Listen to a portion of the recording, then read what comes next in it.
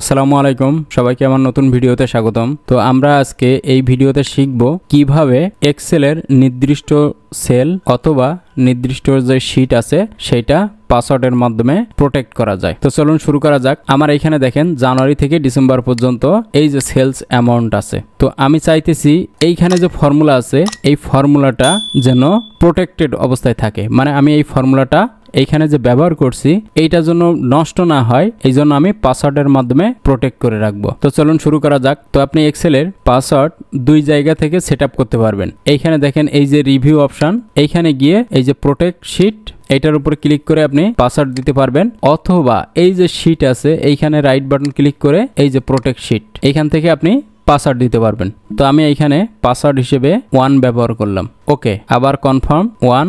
ওকে, এখন দেখেন আমার এইখানে যে ডাটাগুলো আছে এই যে হলুদের ভিতরে এইগুলো পুরোটাই আমি এডিট করতে পারবো, ডিলিট করতে পারবো, আবার এডিটও করতে পারবো। যেমন এখানে 22,000 আছে, আমি 23,000 বসাই দিলাম। কিন্তু এই যে টোটাল এইখানে আমার একটা ফর্মুলা বসানো আছে, এইটা আমি এইখানে আমি যদি এডিট করতে যাই তাহলে দেখেন এইরকম একটা মেসেজ দিতেছে। আবার সেলস মান্থ এটা যদি আমি এডিট করতে যাই তাহলে দেখেন এইরকম সেম মেসেজ দিতেছে।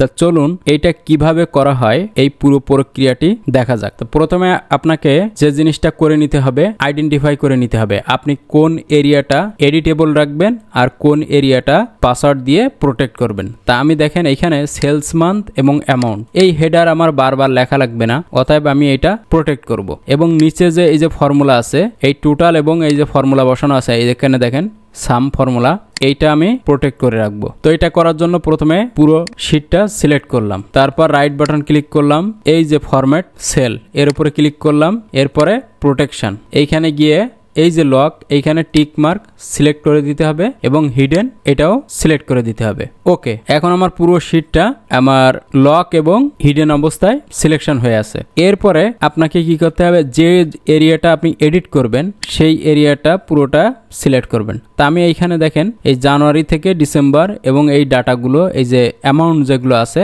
এইটা এডিট করব। তো আমি এই পুরো সেলটা সিলেক্ট করলাম, তারপরে রাইট বাটন ক্লিক করলাম, এইখানে ফরম্যাট সেল এইখান থেকে এই যে লক এবং এই হিডেন এটা উঠাই দিয়ে দিলাম। ওকে, এখন আমি এই সেলটা লক করব। তো লক করার জন্য সচরাচর আমরা দুইটা অপশনকে চুজ করি। তো আপনার যেটা ভালো লাগবে আপনি সেটা অ্যাপ্লাই করবেন। তো প্রথম যে অপশনটা হচ্ছে লক, মানে একেবারেই লক, আপনাকে কোনো প্রকার টাচ করতে দিবে না। তো সেটা করার জন্য কি করতে হবে, এইখানে শীটের উপর ক্লিক করবেন, রাইট বাটন ক্লিক করবেন, এই যে প্রোটেক্ট শীট এর উপরে ক্লিক করবেন। ক্লিক করার পরে এই যে সিলেক্ট প্রথম যে অপশনটা সিলেক্ট লক সেল এইটার টিক মার্ক উঠাই দিবেন। তারপর এখানে পাসওয়ার্ড হিসেবে আমি 1 ব্যবহার করলাম। ওকে, তারপর আমি আবার পাসওয়ার্ড হিসেবে 1 ব্যবহার করলাম।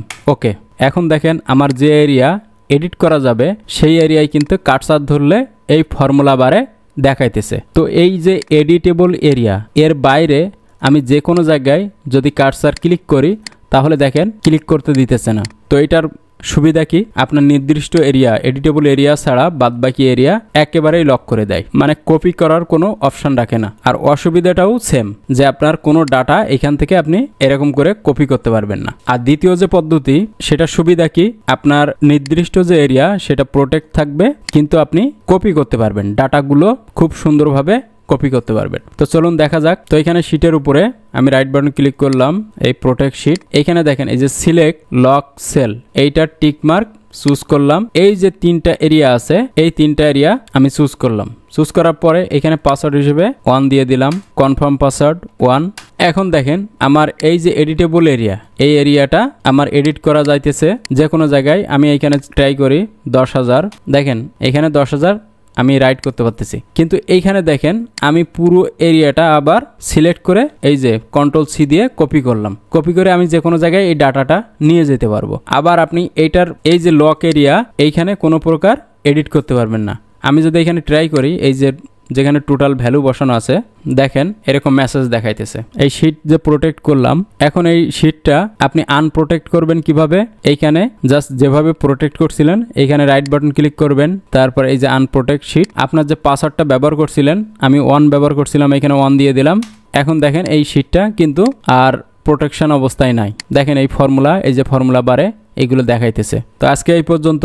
ভিডিওটি কেমন লাগলো অবশ্যই কমেন্ট করে জানাবেন, আর ভিডিওটি ভালো লাগলে লাইক এবং শেয়ার করতে ভুলবেন না। ধন্যবাদ সবাইকে, আসসালামু আলাইকুম।